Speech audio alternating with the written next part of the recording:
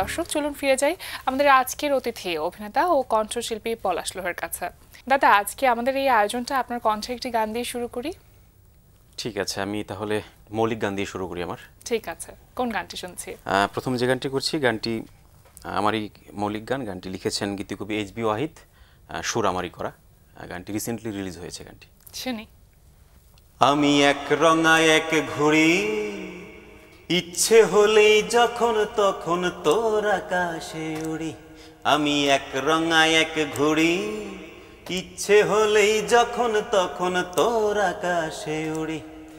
ঘুড়ি উড়ি উড়ি উড়ি ঘুড়ি উড়ি উড়ি ঘুড়ি উড়ি উড়ি উড়ি ঘুড়ি উড়ি উড়ি।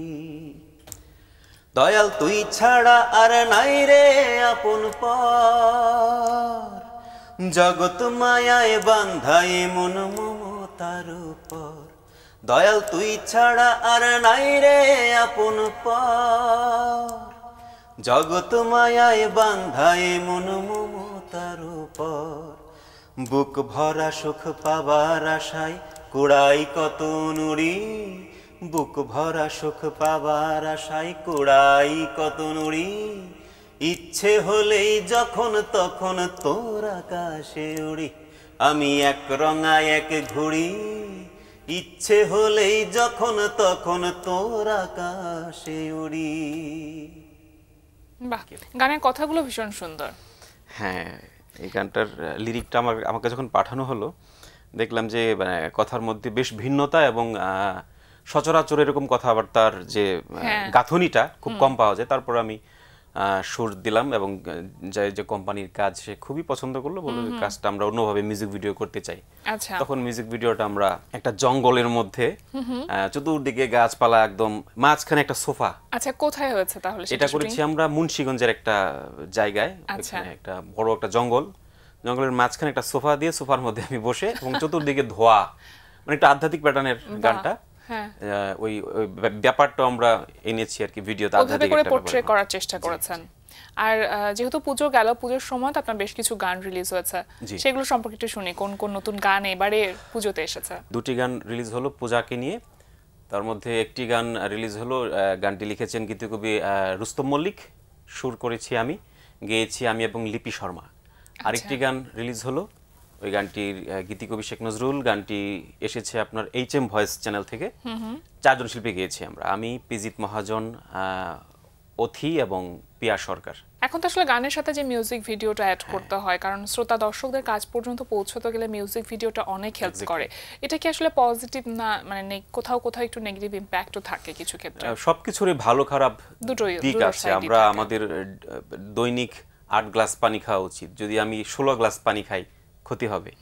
তো সেম, মানে ভালো মন্দ সবই আছে, মানে কম্প্রোমাইজ করে চলা আর কি, সবকিছু মিলিয়ে। গান শুধুমাত্র গাওয়া তো শিল্পীর কাজ, কিন্তু এখন যেটা হয়ে গেছে যে সেই গান শ্রোতা দর্শকদের কাজ পর্যন্ত পৌঁছানো, তাদেরকে শোনানো, এইটার একটা দায়বদ্ধতাও যেন থেকে গেছে এবং সেখানে একটা বড় একটা মার্কেটিং স্ট্র্যাটেজি কাজ করছে। তো এটা একজন শিল্পীর জায়গা থেকে আপনি কত বড় চ্যালেঞ্জ হিসেবে দেখেন? এটাকে ওভারকাম করার জন্য আপনি কি করেন? এটা খুবই গুরুত্বপূর্ণ বিষয়, কারণ আমরা অনেক কষ্ট করে একটা গান তৈরি করি, সেটা দর্শকের কাজ পর্যন্ত যাওয়ানোর জন্য সর্বোচ্চ চেষ্টা করা উচিত। আমরা তো অনেকেই গেয়ে দিয়ে চলে আসি, বাকিটা কোম্পানি কতটুকু মার্কেটিং বা প্রচার করে সেটা করে, কিন্তু আমাদেরও ব্যক্তিগতভাবে উচিত এই গানটাকে একদম দর্শকের কাছে পৌঁছা দেওয়া পর্যন্ত লেগে থাকা। যেরকম সিনেমা প্রমোট করে আমাদের হিরো হিরোইনরা হল পর্যন্ত যায় দর্শকের এই পাওয়ার জন্য, তো ওই জায়গা থেকে গানগুলোকেও প্রমোট করা উচিত। আমরা চেষ্টা করি সর্বোচ্চ, কিন্তু আমার মনে হয় যে অনেক গানই আসলে শ্রোতাদের পর্যন্ত যাচ্ছে না। মানে ভালো কাজগুলো যেতে হয়তো অনেক সময় লাগে। হ্যাঁ হ্যাঁ, এবং অনেক কাজ যাচ্ছেও না, ভালো ভালো কাজ হচ্ছে কিন্তু দর্শক পর্যন্ত যাচ্ছে না। মানে সেটা তো বোঝাই যায় যে ভিউ দেখে, ভিউ যত বেশি তত মানুষের কাছে পৌঁছালো। এক একজন এক এক মাধ্যম নিয়ে কাজ করছে। যদি খুব বেশি একদম স্পেসিফিকলি বলতে চাই, তাহলে ইউটিউব চ্যানেলের কথা চলেই আসে, যে ইউটিউব চ্যানেল বা পেজ ভিত্তিক কাজগুলো শিল্পীরা মূলত করে থাকছেন। তো সেই জায়গা থেকে নিজের গানের যে বাণিজ্যিকীকরণ বা একটা তো ফিডব্যাকের ব্যাপার থাকে, মানে যেহেতু আর্নিং এর ব্যাপারটা এখানে জড়িত, সেই জায়গাগুলো, প্রতিবন্ধকতার জায়গাগুলো আসলে কিভাবে ফেস করছেন আপনারা? এটা এখন তো সবারই ফেসবুক পেজ আছে, ইউটিউব, এক একজনের 2টা 3টা করে ইউটিউব আছে, বিভিন্ন কোম্পানির 20টা 25টা করে চ্যানেল আছে, ইউটিউব চ্যানেল। তো মার্কেটিং এর জায়গাটা চাইলেই অনেকভাবে করা যায়, কিন্তু আমার মনে হয় যে এটা আসলে দায়বদ্ধতা থেকে, মানে আমরা আমাদের শিল্পীদের দায়বদ্ধতা থেকে আমাদের প্রত্যেকেরই নিজস্ব চ্যানেল করা উচিত, করে সেখান থেকে নিজের গানটাকে, কারণ আমরা যতটা যত্ন নিয়ে নিজের গানটাকে আমরা ছাড়বো, কোম্পানি এতটা গুরুত্ব দেয় না আসলে, গান করানো পর্যন্তই, ছেড়ে দেওয়া পর্যন্তই, টুকটাক হয়তো একটু মার্কেটিং করে, কিন্তু শিল্পী গানটাকে মানে বাঁচিয়ে রাখে, বিভিন্ন অনুষ্ঠানে গায়, এবং বিশেষ করে ইউটিউব চ্যানেলগুলোতে শিল্পীরা বেশি বেশি শেয়ার দেয় করে। এই জায়গা থেকে প্রত্যেকটা শিল্পীর নিজস্ব চ্যানেল থাকা উচিত, এবং আমার মনে করি নিয়মিত নতুন নতুন ভালো ভালো গান করা উচিত। এখন একটা ব্যাপার নিয়ে বেশ আলোচনা হচ্ছে, সেটা হচ্ছে কপিরাইটের বিষয়টা, যে কোন একটি সঙ্গীত শিল্পী তার নিজের গানগুলো কপিরাইট করে ফেলছেন, তো পরবর্তীতে দেখা যাচ্ছে যে অন্যান্য শিল্পী যারা থাকছেন সেই গানগুলো গাইতে পারছেন না, কারণ কপিরাইট আইনের মধ্যে পড়তে পারে, সেটা নিয়ে মামলা হতে পারে। তো সেটা নিয়ে আপনার ভাবনাটা কি? ভালো মন্দ দুটো দিকই আছে। যেমন আমাদের যারা সঙ্গীতের দিকপাল, যারা খুব আগের যাদের গান আমরা গেয়ে আসছি, তাদের শার্দুল করিম সাহেব আছেন, এরকম বেশ কিছু আছেন যাদের গান এখন আমরা চাইলেই বিভিন্ন টেলিভিশন চ্যানেলে বা গাইতে পারি না। তো তখন ওই জায়গা থেকে একটা দুর্ভাগ্য যে ওনার গানগুলো আস্তে আস্তে শিল্পীরা গাওয়া কমিয়ে দিচ্ছে, চ্যানেলেও প্রচার করছে না। গানগুলো তো বাঁচিয়ে রাখবার জন্য গানগুলো গাইতে হবে। আর ভালো কোন দিকে যে সেই শিল্পীর পরিবারটা কিছুটা লাভবান হচ্ছে, সেখান থেকে একটা অ্যামাউন্ট পাচ্ছে বা কিছু একটা পাচ্ছে, কিন্তু তার জন্য কি সারা দেশ এটা বঞ্চিত হবে? এটা খুব দুর্ভাগ্যজনক আমার কাছে মনে হয়। যে আসলে একেবারেই যে শিল্পী গানগুলা করে গেছেন সেটা তো সবার জন্যই করেছেন, তার পরিবারের কথা চিন্তা করে তো করেন নাই। তো ওই জায়গা থেকে আমার মনে হয় যে একদম উন্মুক্ত করে দেওয়া উচিত এগুলা, যে এখানে কোনো প্রতিবন্ধকতা থাকবে না, যে কেউ গাইতে পারবে। আরো একটি গান শুনতে চাইবো আপনার কণ্ঠে। এবার যে গানটি করছি, এই গানটি আমার একটি সৌভাগ্য আসলে। গানটির যিনি সুর করেছেন বাংলাদেশের একজন কিংবদন্তি সুরকার, উনি খুব গত বছর প্রয়াত হয়েছেন, শ্রদ্ধেয় সুজেয় শ্যাম। ওনার সুরে আমি আমার এই মৌলিক গানটি দারুণ করছি। শুনি। তুমি যে আমার রাতের ঘুম, সারা দিনের আলো, তুমি যে আমার রাতের ঘুম, সারা দিনের আলো, আধার রাতে চলার পথে জোছনা সুধা ঢালো, তুমি যে আমার রাতের ঘুম, সারা দিনের আলো। মরুপথে তুমি যে আমার শীতল ঝর্ণা ধারা, আমার বাউল গানে সুর জাগাতে তুমি যে এক তারা। মরুপথে তুমি যে আমার শীতল ঝর্ণা ধারা, আমার বাউল গানে সুর জাগাতে তুমি যে এক তারা। অন্ধকারে মনের ঘরে দূর করো সব কালো, তুমি যে আমার রাতের ঘুম, সারা দিনের আলো। বাহ, সুন্দর। এখন অনেক শিল্পীকে আমরা দেখছি, বিশেষ করে এই সময়টাতে নাটকে হচ্ছে গান দেওয়া হয়, নাটকে গান। তো আপনার কি নাটকের গানগুলোতে কাজ করা হচ্ছে? আগে বেশ কিছু নাটকের গানে কাজ করেছি, ইদানিং খুব একটা কাজ আসেনি, এর আগে বেশ অনেকগুলো নাটক। আর অভিনয়ের ব্যস্ততা এখন কেমন আছে? অভিনয়ের ব্যস্ততা মোটামুটি, খুব বেশি না, কমও না, মোটামুটি। একটা সিরিয়ালের কাজ করছি, দেনাপানা নামে একটি সিরিয়ালের কাজ করছি। আর সিঙ্গেল নাটকের একটি কাজ করেছি, সেটি এখনো প্রচার হয়নি, একটা বেসরকারি চ্যানেলে প্রচার হবে।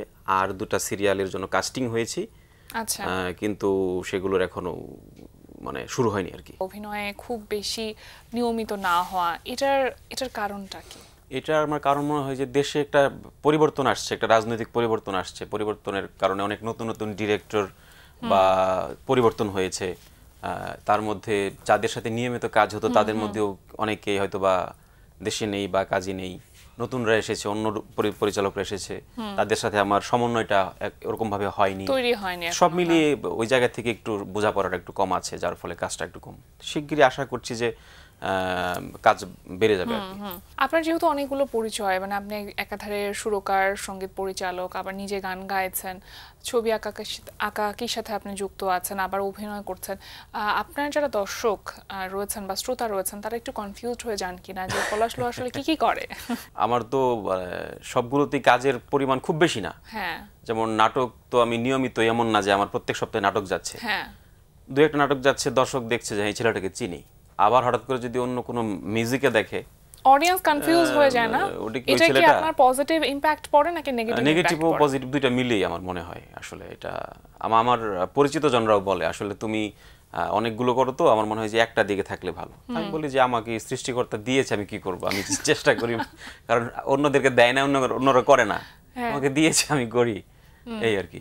কি করতে চান আলটিমেটলি, নিজেকে কোথায় দেখতে চান? আসলে আমাদের পারিবারিকভাবে আমাদের পরিবারে কিন্তু আর্টিস্ট আছে, অভিনেতা আছে, সঙ্গীত শিল্পী আছে, তারপর ভাস্কর আছে, সবই আপনার মধ্যে একটু একটু করে আমাদের পরিবারের মধ্যে আছে, তো সবগুলো আমার মধ্যে আছে। এখন আমি একটা বাদ দিতে পারবো না। এভাবেই শিল্প চর্চা চলতে থাকুক, চর্চার মাধ্যমে একজন শিল্পী তৈরি হতে পারে। সুতরাং সেই জায়গাটাকে আমরা সাধুবাদ জানাই। ভীষণ ভালো লাগছিল দাদা আপনার সাথে কথা বলতে। একেবারে শেষের দিকে চলে এসেছে, সবশেষে আপনার কণ্ঠে আরো একটি গান তো আমরা শুনবই, তবে তার আগে আমি দর্শকদের কাছ থেকে বিদায় নিয়ে আসি। প্রিয় দর্শক, এতক্ষণ কথা হচ্ছিল অতিথির সঙ্গে, এবার সময় হলো বিদায় নেবার। আমাদের অনুষ্ঠান সম্পর্কে আপনার যে কোনো মতামত ও পরামর্শ জানাতে লিখুন এই ঠিকানায়। প্রযোজক দিন প্রতিদিন, Bangla vision, note tower, 110 বীরত্তম CR Dutta road, Dhaka 1205, phone 96320303 আমাদের ইমেল অ্যাড্রেস dinprotidin@banglavision.tv। চীনা দার্শনিক কনফুসিয়াসের একটি উক্তি বলে বিদায় নেব আজ। তিনি বলেছেন, ভবিষ্যৎ মহিমান্বিত করতে চাইলে অতীত পাঠ করো। প্রিয় দর্শক, সবাই ভালো থাকুন, সুস্থ ও সুন্দর থাকুন। আজ সারাদিন সবার জন্য শুভ ও কল্যাণময় হোক। এবার গান। হ্যাঁ, আপনাকে অসংখ্য ধন্যবাদ, খুব সুন্দর করে আমাকে উপস্থাপন করেছেন। বাংলা ভিশনকে অসংখ্য ধন্যবাদ আমাকে আমন্ত্রণ জানানোর জন্য। সবাই ভালো থাকবেন, আমার জন্য দোয়া করবেন। শেষ গানটি আমি শোনানোর চেষ্টা করছি। গানটি লিখেছেন গীতিকবি শেখ নজরুল, সুর করেছি আমি। গানটি এখনো রিলিজ হয়নি, আনরিলিজ ট্র্যাক শোনাচ্ছি। জীবনের চুক্তিনামা হারাই ফেলাইছি, দখল হবার ভয়ে জীবন দৌড়ে পালাইছি। জীবনের চুক্তিনামা হারাই ফেলাইছি, দখল হবার ভয়ে জীবন দৌড়ে পালাইছি। কার কাছে কি পাওনা ছিল কিছুই মনে পড়ছে না, কার ভাগে কি দেবার কথা ডাইনে মাথা নড়ছে না। কার কাছে কি পাওনা ছিল কিছুই মনে পড়ছে না, কার ভাগে কি দেবার কথা ডাইনে মাথা নড়ছে না। খামোখা মাথাটারে ভুলেই গালাইছি, দখল হবার ভয়ে জীবন দৌড়ে পালাইছি। জীবনের চুক্তিনামা হারাই ফেলাইছি, দখল হবার ভয়ে জীবন দৌড়ে পালাইছি। জীবনের চুক্তিনামা হারাই ফেলাইছি, দখল হবার ভয়ে জীবন দৌড়ে পালাইছি।